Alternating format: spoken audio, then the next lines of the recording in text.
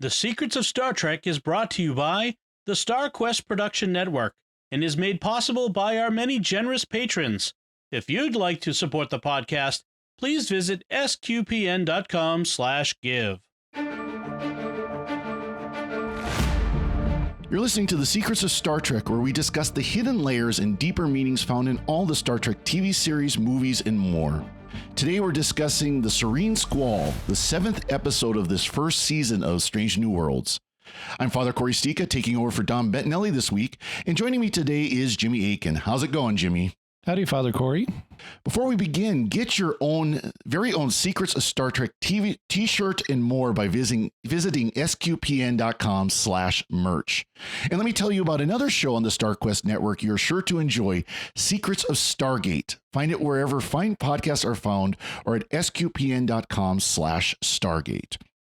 So as we begin, would you like to give us a summary, Jimmy? This week, our Let's Meet the Crew of the Enterprise episode focuses on Spock, and we begin with a log by his fiancée T'Pring, who's working at a logical criminal rehab center. The Enterprise is heading to the fringe of Federation space, where a former Starfleet counselor named Dr. Aspen is trying to help some colonists who are being menaced by a pirate ship called the Serene Squall. But it turns out that the colonists are imaginary, and Dr. Aspen is really Captain Angel of the Supreme Squall. It's all been a trap, and the pirates take over the Enterprise surprisingly easily, while simultaneously holding Captain Pike and a landing party aboard the Serene Squall. Pike and the gang start a mutiny on the Squall, while Spock and Nurse Chapel deal with Captain Angel and her band of pirates aboard the Enterprise. Turns out that Captain Angel is in love with a Vulcan criminal at T'Pring's rehab center, and she blackmails T'Pring into coming to exchange this criminal for Spock. But Spock and Chapel pretend they're having an affair, causing T'Pring to break the engagement, and she refuses to release her prisoner. This deprives Captain Angel of her leverage. And with a successful mutiny happening on the Squall, Captain Pike is able to use the Enterprise's backdoor codes to save the day. Captain Angel then abandons her crew and beams to a third ship and escapes. After the pirates are in custody, T'Pring reveals that she knew Spock was pulling a ruse with Nurse Chapel, so the engagement is still on. And at the last minute, we learn that the criminal Captain Angel is in love with is Spock's illegitimate half-brother, Sybok. The end. Yeah, it's a great reveal. That was probably the most shocking part of the episode. The rest of the episode was okay, but the ending was like, oh, cool. I'm glad they're going to deal with this. Yeah, because Gene Roddenberry didn't like the whole Sybok thing, and after the movie Star Trek V, where Sybok was introduced, kind of failed. Mm-hmm. It's been questionable, is Sybok canon or not?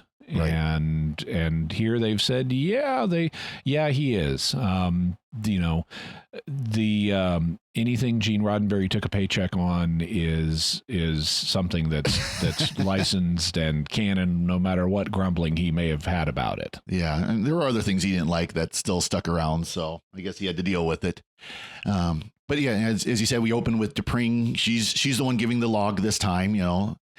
We talked before how there were other episodes where the person who gave the log was the person the episode was focusing on, but they kind of changed that this time. Instead, now it was T'Pring that gave the log, and we get to see the rehabilitation center where she works, which looks like a rather peaceful place to go visit. Yeah, people are standing around in this sci-fi landscape, painting pictures and stuff like that, and so it does look kind of relaxing. More like a retreat center than what we would think of like a retreat center, although very much, you've got the sand drawing and stuff like that, where it's a little bit more Eastern mysticism than like a Christian retreat center, but still. And T'Pring is trying to figure out Spock's human side, and of course immediately goes to 20th and 21st century novels showing human sexuality. Yeah, so she's read a couple of them. One was by Henry Miller, and another one was it Jacqueline Suzanne? Erica Jong. Erica Jong, okay. And then there's a more recent one that she read too. All three of them are real. Yeah. But I haven't read any of them, so I don't know exactly what they contain. I haven't either. You look at the Wikipedia entries on them, and they're notorious for their portrayal of human sexuality, and yeah, I don't know anything about them either. Haven't read them, haven't been interested. But it actually kind of startles Spock that she's showing interest. I like that he's sipping the wine and almost chokes on it when she mentions reading about this. That was pretty funny. But yeah, at a certain point, he interrupts her and says, maybe we should read these texts together. Yeah, I think we've all kind of been there where people are telling you about things like, why don't we talk about that later? Mm-hmm. But it surprised him so much that he's distracted by it. And I love the conversation between Chapel and Spock, where she's talking about Dr. Aspen's. Oh yeah, she's described as sharp, that she's really sharp. And Spock's just off in, la la land. He's off thinking about all this. And yeah, she's sharp as in has razor blades for fingers, for shaving. Mm-hmm. Yeah, that was kind of cute. He was off in another world. And of course he's reaching out to her as a friend, for help, which is nice. But then we find out the reason why the Enterprise is out, rushing through the galaxy this time. And it's on a rescue mission for these lost colonists. They're on the edge of Federation space, and they were stranded without power is what Dr. Aspen tells them. And they've been stranded for, 3 weeks, 4 weeks, and they need help immediately. But of course, and we have a sense of how big Federation space is at this point, because they're on the fringe, and they tell us it'll take 2 days for a message to get back to Starfleet. And since they established the speed of subspace communications last episode, that tells us that they are 285 light years away. Right. So it's quite a distance. But of course, the Boy Scout captain is on the way to rescue. Apparently, Pike's record shows that he's a Boy Scout. Yeah, number one says it's actually in his file that he has a nickname of Starfleet's Boy Scout. Yeah. So, and we were introduced at this point, we're introduced to Dr. Aspen, who was formerly a Starfleet counselor on Starbase 12, but then she quit to go and help those people like these colonists they kind of fly under the radar. So that was kind of interesting. Very much concerned. She had worked on the frontiers of the Federation and wanted to help them. And that's why she was involved in this to bring the Enterprise in. So it was kind of an interesting, seems like an interesting character, but she turns pretty creepy kind of quickly, in my opinion. Mm-hmm. I actually wrote down my notes that she's seriously creeping on Spock. Yeah, she comes to Spock and has conversations with him like about his Vulcanness and humanness. Mm-hmm. And the subtext to this is the actor who plays Dr. Aspen, I guess, was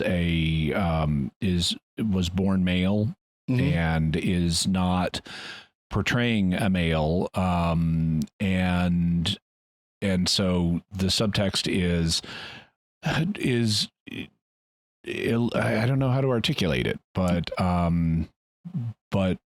they're trying to relate that situation to right. Spock being neither human nor Vulcan, right. or both human and Vulcan or something, and so this scene in particular, where Dr. Aspen tries to discuss this with Spock, is something that I'm like, okay, I see what you're doing here, but I don't really care. Yeah. Where Dr. Aspen becomes much more interesting is after the heel turn. Yep. After it's revealed that she's actually Captain Angel, mm-hmm. of the Serene Squall, and all of a sudden the actor is having much more fun, mm-hmm. in this part, and is actually emoting in a much bigger way, and is much more fun as a character. Yeah. And that's actually something that I had to view as, I mean, if we're going to have trans actors and so forth, at least we've gotten to the point where they can be villains. Yeah. They don't agree. have to be Mary Sue's all the time. They don't have to be the poor beset upon victim all the time. I mean, they try to do that a little bit with this character, but ultimately this is a villain. And the villain is a much more interesting character to watch than Dr. Aspen was. Yeah, I agree. I was actually kind of surprised because usually when they have their diversity hire, if you will, they always try to portray him in the best light possible. So to take someone who would fit that role to instead to make them the villain is kind of okay. That's actually a little bit risky, but it turned out, I guess. Yeah, and the commentary I've seen online has been very much, this is a much more interesting character as a villain than as the other version. Yeah. And there was a Dr. Aspen that was supposed to be there, but she actually put him on a uninhabited planet, and he's still there apparently. He or she, we don't know which, but which kind of makes me wonder about the records of the Federation if they couldn't tell that this wasn't the real Dr. Aspen. Yeah, although this is the same period as the original series, and they did whatever they needed to get the story to work. Yeah, exactly. So anyways, they get to the edge of Federation space. We find out that it's going to take 2 days to get the approval from Starfleet. So Pike says, send the message and we'll do it anyways. And they find what they think are the remnants of 2 ships that have been destroyed. 2 of the colonist ships. There are supposedly 3 of them, and they find the remnants. And of course, they do the kind of the cool effect where they highlight which parts are from which ship because they could tell for reasons. But they find a warp trail leading away, and so of course they follow it. And there's the 3rd ship, except it's not the 3rd colonist ship. It's the Pirates. It's the Serene Squall. Yeah, and all this is occurring in another incredibly ridiculously dense asteroid field. Yep. And we also have a callback to the Tholian web in this, where temporarily a bunch of asteroids put the Enterprise in a laser beam web, and then they manage to get through it pretty quickly. Yeah, they figure out which is the actual transmitter of or emitter of the web, and then shoot it. Yeah, so it's got a critical failure point, and if it really were lasers on asteroids that were knitting this thing together, you shouldn't have a critical failure point, but we'll give that to them. Well, you got to have the one emitter and a whole bunch of mirrors, basically. So that's how they set it up. Yeah, and that's ridiculous. Yep, exactly. So anyways, they find the ship, and this must be the colonists. Let's beam over because we can find 200. We can find 230 life signs where there are supposedly 200 colonists from the 3 ships, and then there must be 30 of the away team, the pirates that remained on the ship, holding the colonists. But of course, it turns out it's not. It's a trap that Pike jumps right into and gets captured by the Serene Squall crew. Yeah, and this Serene Squall crew is remarkably efficient at taking over the Enterprise. I mean, they get beamed over there, and there's supposed to be 400 people on the Enterprise. Yeah, and I don't get how they take over so quickly, but they do. And we then have a few survivors like Nurse Chapel, who gets to go in a Jeffries tube. Yep. And we see the new Jeffries tube looks just like it did back in the old days, or at least a lot like it did back in the old days. And we get to see a little bit of hand-to-hand combat on the bridge. Ortegas keeps a gun at her desk. So, apparently some progressive-minded firearms policies at Starfleet. Spock nerve pinches a bunch of pirates as they're coming on the bridge, more than one, and he also bashes their heads on things and throws them around. Yeah, exactly. Yeah, it was a pretty good battle, and in the resulting battle, Dr. Aspen gets injured as Spock throws her into the turbo lift to escape. But yeah, it was. I like Nurse Chapel in this whole scene with the Enterprise being taken over, where she's using the hypospray as a weapon. Yeah, I know. That was fun. She's holding up her hand. I have no weapon, and it's tucked in her sleeves. Like, I have no weapon, just a hypospray. Yeah. No weapon, nurse. Yeah, exactly. And then she turns around and starts hypospraying them. Yeah, she kind of turns into action nurse at that point. Pretty impressive. That was fun. Yeah, that was fun. But and of course, it all happens at once. Like you said, they were surprisingly efficient.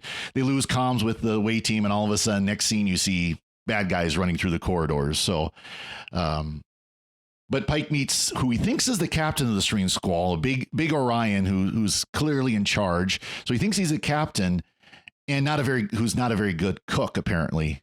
Yeah, and he's a big Irish. The actor is Irish. Okay. And so there's a little bit of, I guess, wordplay conceptually going on.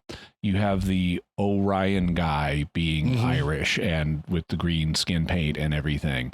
The idea of Orion pirates goes back at least to the animated series. I forget if they're mentioned in The Cage, but there is an episode of the animated series called The Pirates of Orion. Right. Well, and we see, Orion's going all the way back to The Cage because Vina portrays herself as an Orion dancing girl. Right. She's an Orion slave girl in that. Yeah. Yep.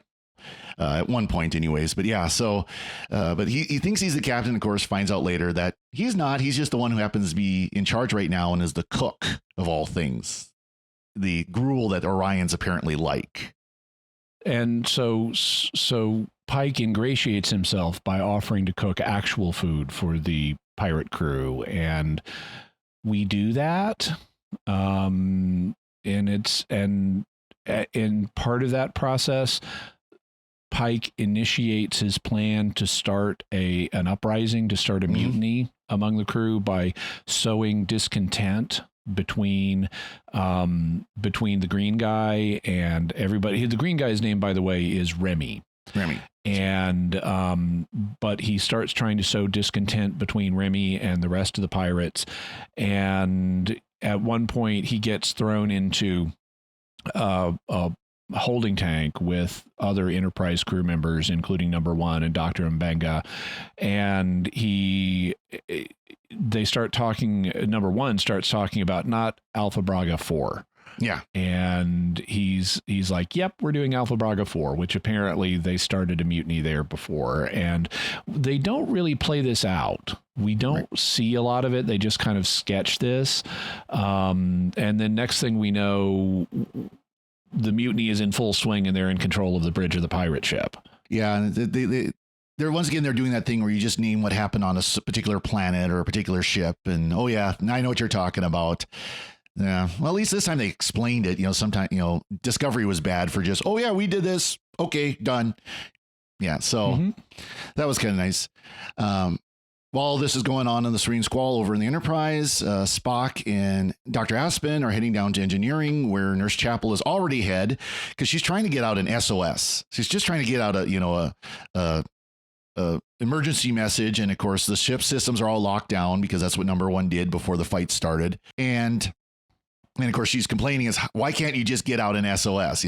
There should be a big red SOS button somewhere on those panels, you would think. Yeah, although I can imagine situations where you wouldn't want that, because it might give away if you install a function like that, it can be used against you. Right. So I can imagine situations that's kind of debatable, but I wondered the same thing. Why don't they just have a big SOS button? Have the ship is in lockdown SOS button, but oh, well. But anyways, they get down to engineering to unlock the ship, or at least to move all to barricade themselves basically in engineering and to take over control of the ship down there. And that's when the heel turn happens. Spock gets the systems unlocked and moved to engineering, and Dr. Aspen becomes Captain Angel, double fisting phasers. And this is where we find out more about what happened to the real Dr. Aspen. This is where we find out that she's actually the captain of the Serene Squall, not the Orion not Remy, and that she wasn't there to capture the Enterprise. She was there for Spock. Yeah. And so she then sends a message to T'Pring and says, bring this criminal called Xavieris. Yep. And I'll trade him for Spock. And Spock says, that T'Pring will not respond because Vulcans do not, emotions do not sway Vulcans. And I like Dr. Aspen's return line. She says, I've been using emotion to sway you all day. Oh, those poor sick colonists. Yep. Oh, my Vulcan boyfriend or husband who died. Yeah. Because that was one thing that Dr. Aspen said when she was still Dr. Aspen, that she had a Vulcan husband who died fighting, defending himself. And she didn't want to see that happen to Spock. But T'Pring does respond. She does bring this particular prisoner out there. And we don't see him until the very last moment of the episode. So we just hear him talked about before that. Right. And she's willing to do the trade, and Spock, of course, can't let it happen. And he says, okay, just follow my lead, basically, to Nurse Chapel. And, Nurse Chapel basically takes over and says, yeah, we're having an affair. And that's where we have the feint of that they were actually in a relationship and they need to break up, including this massive, romantic kiss right there in the middle of the bridge in the middle of a crisis. And Captain Alpha or Captain Angel, hangs a lantern on it and says, do you expect T'Pring to believe this? Right. And they then go forward, and Spock had indicated enough. Chapel, as you say, does take the lead, but Spock indicated enough to gesture at the direction they were going. Mm-hmm. And then Spock and T'Pring do a ceremony where they officially dissolve their engagement. Right. Temporarily. Because, of course, we find out later T'Pring comes onto the Enterprise after everything's all said and done, and she knew it all along. She knew that was a feint, and even Chapel said that Spock was too honest, that he would never actually have a relationship with another woman when he's engaged to one already. So everybody knew it was a feint, although you could see in Chapel's eyes that she wanted more than that. Yeah, she didn't want it to be a feint, and they've been more than hinting at that throughout the season. That's been a pretty steady part of it. But this allows the Enterprise crew that's being held on the Serene Squall to get the mutiny going and take over the bridge of the Serene Squall and disable the Enterprise, gently disable the Enterprise. Like that. Yeah. So Pike has Ortegas shoot. They've used their backdoor codes to bring down some of the systems on the ship. I don't know why they don't just use them to take control of the Enterprise. It's a remote workstation, so you can just take control of it if you have the proper codes. But they have Ortegas shoot the Enterprise's engines gently, is the instruction, to disable them. And they get hit a little bit harder than Captain Pike intended. That's one of those things you think about. Okay, they can use the codes to take down the shields and weapons, but not the engines. You think you'd want it the other way around if you had anything that you could take down by just adding a code remotely. You think that's the last thing you want people to do is be able to figure out your code to take down your shields and weapons in the middle of a battle. Yeah. I think it's just, if you've got a computer link to this thing, just take control of the whole thing. Shut it all down. Yeah. But put it on remote control. But they take it back over the Enterprise before the crew comes over and all the pirates are arrested. Angel uses her necklace, which turns out to be a comm device, to her hidden little scout craft that was hiding among the rocks, and she beams out and takes off in high warp. So she escapes, but all the rest of the Serene Squall crew is arrested and assumably hauled back to the Federation for trial, etc. And later, Pike is sitting back in his captain's chair. He did get a nice line earlier. He told Captain Angel, it's too confusing when you have Captain Angel and Dr. Aspen Because there's also a Star Wars character named Dr. Afra, and and anyway, he did say, he did get a nice line of, I'm only going to tell you this once, get the hell out of my chair. Yeah. And she then does when she beams out. Yeah, exactly. But he's sitting back in his chair and he starts talking like a pirate and talking about if we ever see Dr. Aspen again, make her walk the plank and stuff. And he's doing it in this really over the top pirate accent. Yeah. And number one says, please stop. You can see her trying not to laugh, but she's just like, she doesn't want to encourage it. Mm-hmm. So like, please stop. Ortega's just laughs. And then we get the scene with Spock and T'Pring reconciling, and T'Pring has a very favorable interpretation of Spock's action, because she was seriously willing to make this trade, even though it would mean her own humiliation in Vulcan society, because she would be debarred if she released a Vulcan prisoner. And so her take on what Spock did is it was an impressive gambit to protect my reputation and my patient's safety.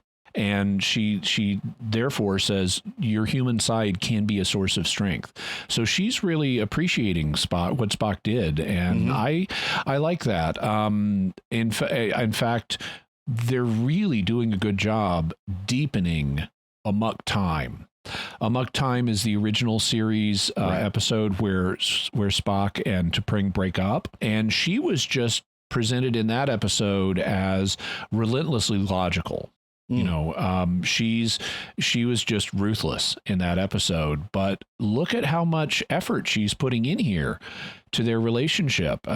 They really are deepening, where we know this is going, which to my mind is it's nice writing, but it also gives the lie to the idea that prequels are impossible or prequels, can't be good, because this is good. They're adding new depth there, and they're similarly adding new depth because it's obvious in the original series that Nurse Chapel is in love with Spock, and how they're getting us there is really well done, and I hope they keep exploring this.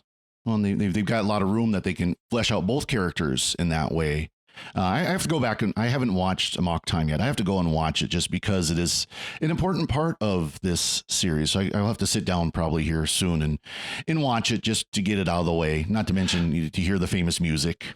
Yeah. Also, we meet another character from Amok Time in this, which is Ston. He's in it very briefly. It does look like Ston, and they call him Ston, but Ston is the Vulcan that T'Pring throws Spock over for. So, and he's in this. He's apparently someone who works at the same rehab center that she does. Yeah. I think he's the one that gave her the message, and it was just kind of a throwaway. Oh, thank you, Ston. Yeah. And the end. The Enterprise goes off to save the world again another day. Anything else you want to cover, Jimmy? So let's see. Like I said, I don't think that the ship should have been taken as easily as it was. I mean, you have security teams. They should be trained for this exact thing happening. And we didn't see any sign of coordinated security action happening. I mean, that's La'an's job, right? She's the head of security. So we should have seen her dealing with this. At the end, we have Chapel talking with Spock, saying, I know where I stand with you. You're honest, and don't worry, there's no feelings between us, when we know that's a lie. And we have, so in terms of Sybok, who we get at the very, very end, we're told he's associated with the Vatosh Katur, which would make sense given the way he's portrayed in Star Trek V. We're also told that that Ambassador Sarek had a child out of wedlock, right? And that makes sense given that in Star Trek V, Sybok's mother is said to be a Vulcan princess, and Sarek's first wife is said to be an Earth woman.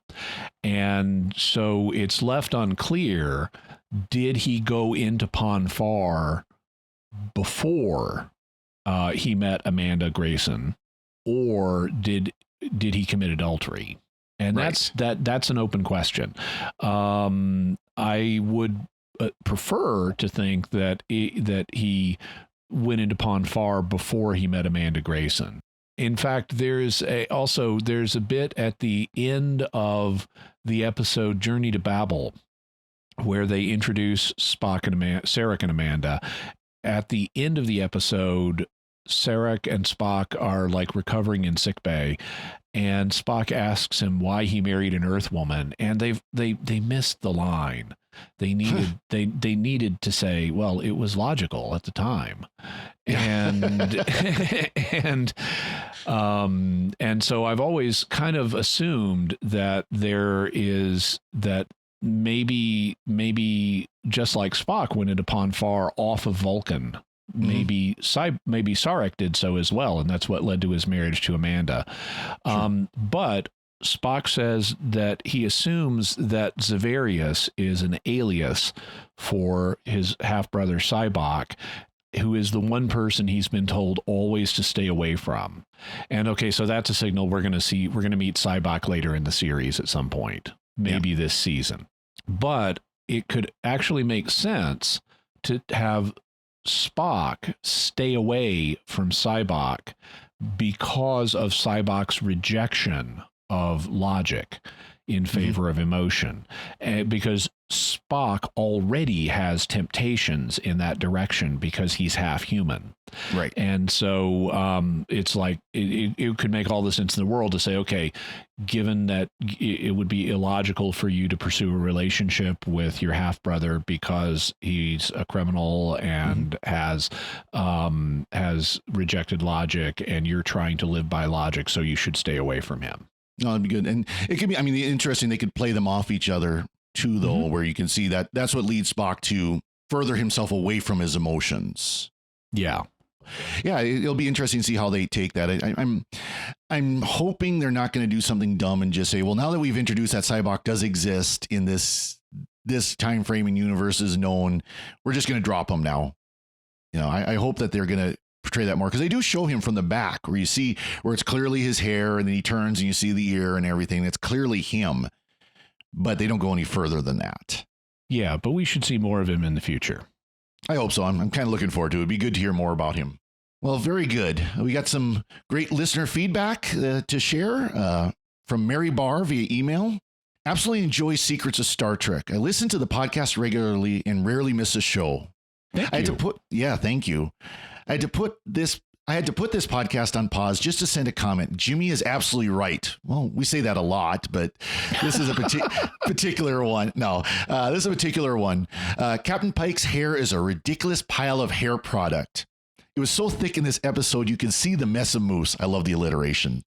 They should devote an entire episode or a short trek to Pike's hair techniques.